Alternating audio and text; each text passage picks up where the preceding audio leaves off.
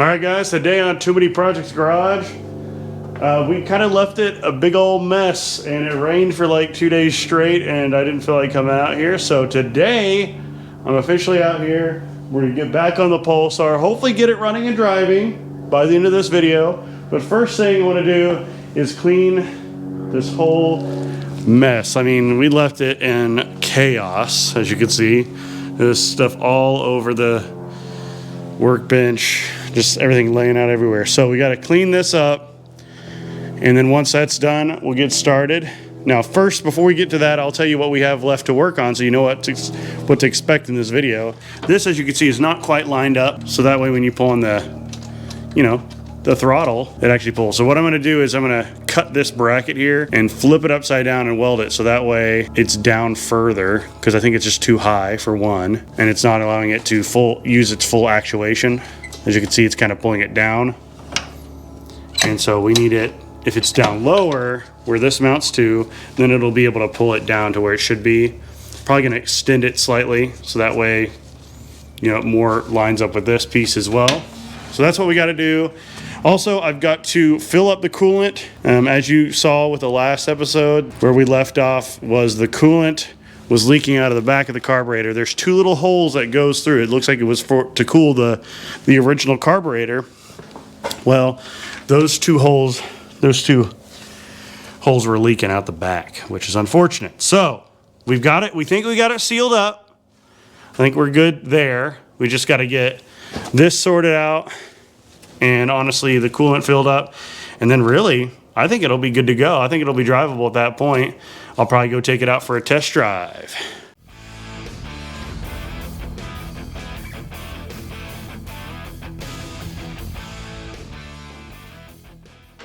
Now before we get on to cleaning, what I want to do is I want to get this vacuum. I want to put the little vacuum tester slash fill right here. I want to put it on here and I want to vacuum it, and while I'm cleaning I can see if it leaks down. That's how we know. Basically, when we did this last time, before we realized it was leaking out the back, this would bleed down in like 5 minutes, or not even 5 minutes, like it was like a minute or two. So that means there was a leak, but we couldn't figure out where the leak was. So what I need to do is put this on here, see if it still has a leak, and we'll go from there. First things first, got to put the adapter piece on, shove it up in there.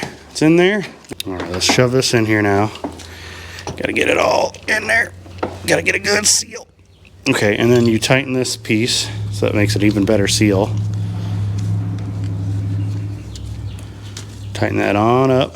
Get it nice and taut. And I think we've got a good seal now. Now we got to hook up this air hose. Let's pop this. Hook that up. All right, got it hooked up. Theoretically, it's sealing. Let's see what happens. There we go.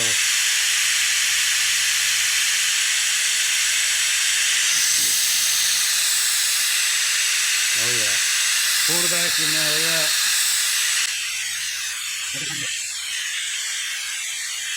All right, that looks good. Let's shut it off. Now, what we're going to do is we're going to work on stuff around here.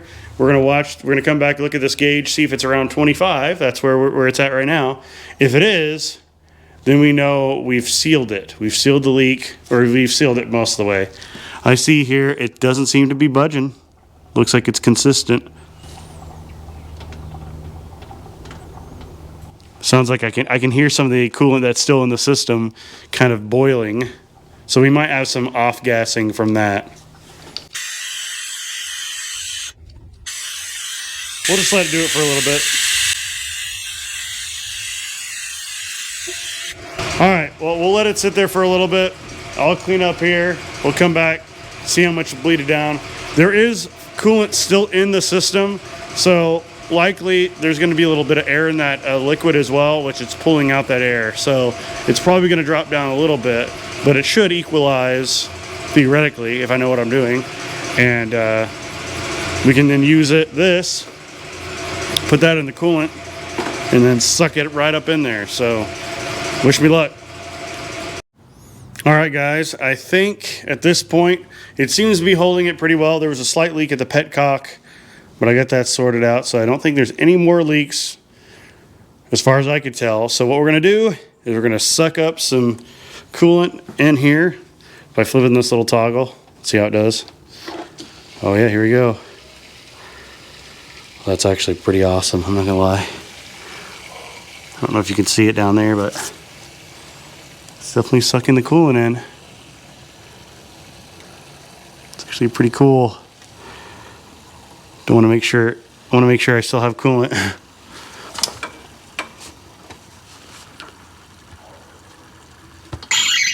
Oh, seems like we emptied it out here. On to the next one. Well, emptied it out mostly. Let's pour the rest of this in here. Yeah, I was sucking some air for a sec.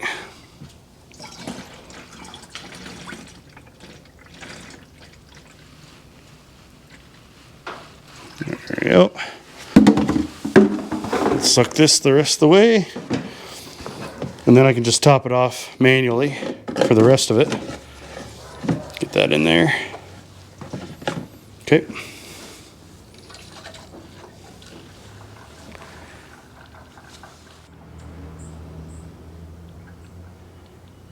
All right, I think it's just about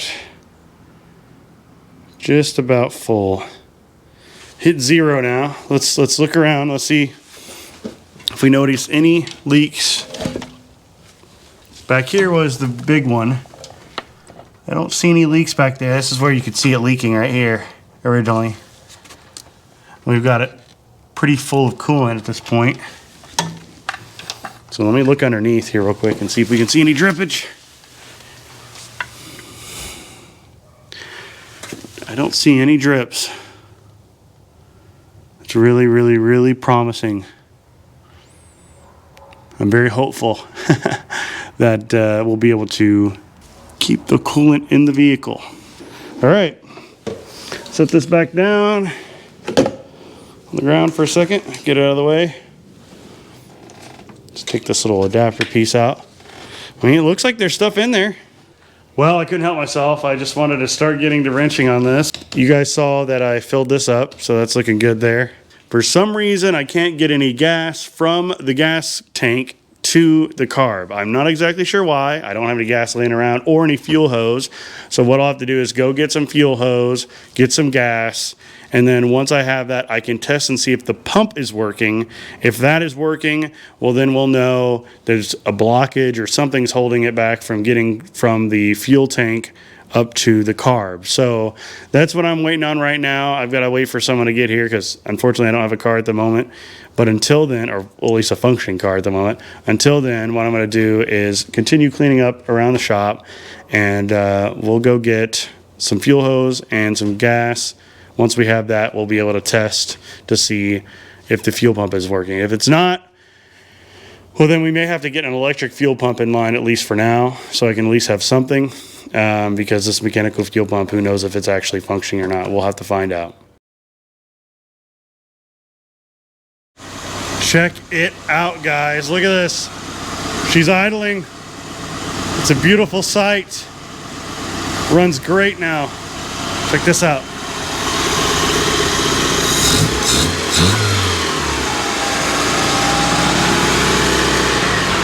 I need to adjust the carb, the throttle.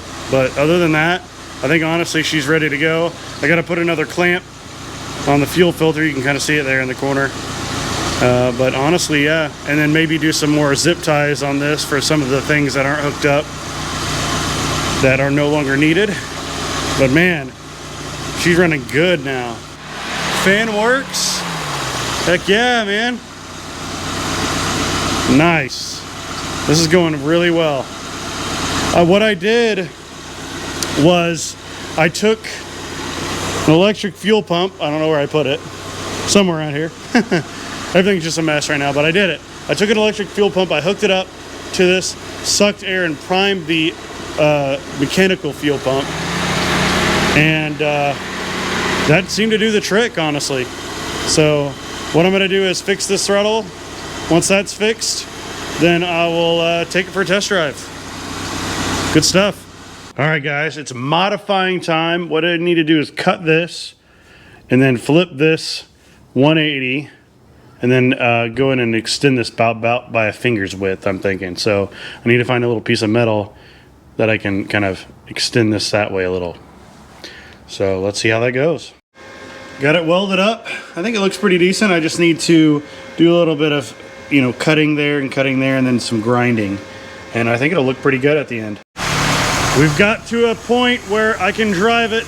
I've got the idle dialed in as best I can, the mixture dialed in as best I can. Seems to run fairly smoothly. I just need to pick up stuff off the top here and move stuff around so I can back out. And we'll be able to drive it. Man, I'm pretty excited. Finally got her dialed in. Wish me luck. All right, guys, Josh from the future here. I'm out over here. Here's the Pulsar. Let's see if she starts up today, because I gotta take it for a drive.